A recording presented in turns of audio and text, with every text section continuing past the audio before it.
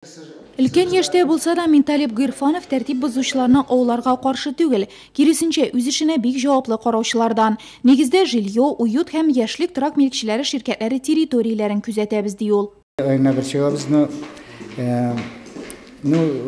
saat 6'dan 10'a kadar indi. Saat 6'dan 10'a kadar.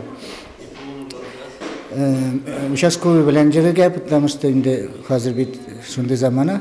Zakonu şunday indi. Zakonu dendalarını çıkarıp kına jibererler. Şunda varız.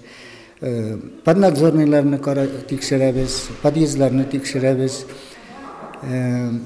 Anar kimning разрешение bilen tursa da indi avmaltıkları şularını da tekşirgenimiz var.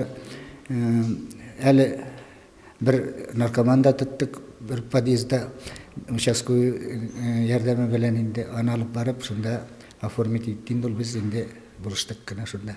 46 отряд, 400-дән артык дружиначы. Нурлат шәһәре һәм районы территориясендә хукук саклаучыларга җәмәгать тәртибен саклауда шул кадәр өстәмә кадрлар ярдәм итә. Һәм бу ярдәм саллы диелде җыелышта.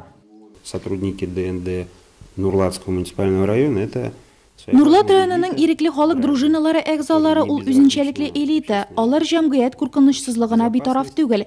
Кышкы сезонда алар полиция хезмәткәрләре белән берлектә 100-дән артык хукук бозуны ачыкларга булышты. Җыелышта шулай ук дружиначы таныклыкларын яңарту буенча да сүз алып барылды. Тәртип саклаучыларга март-май айларына план җиткерелде.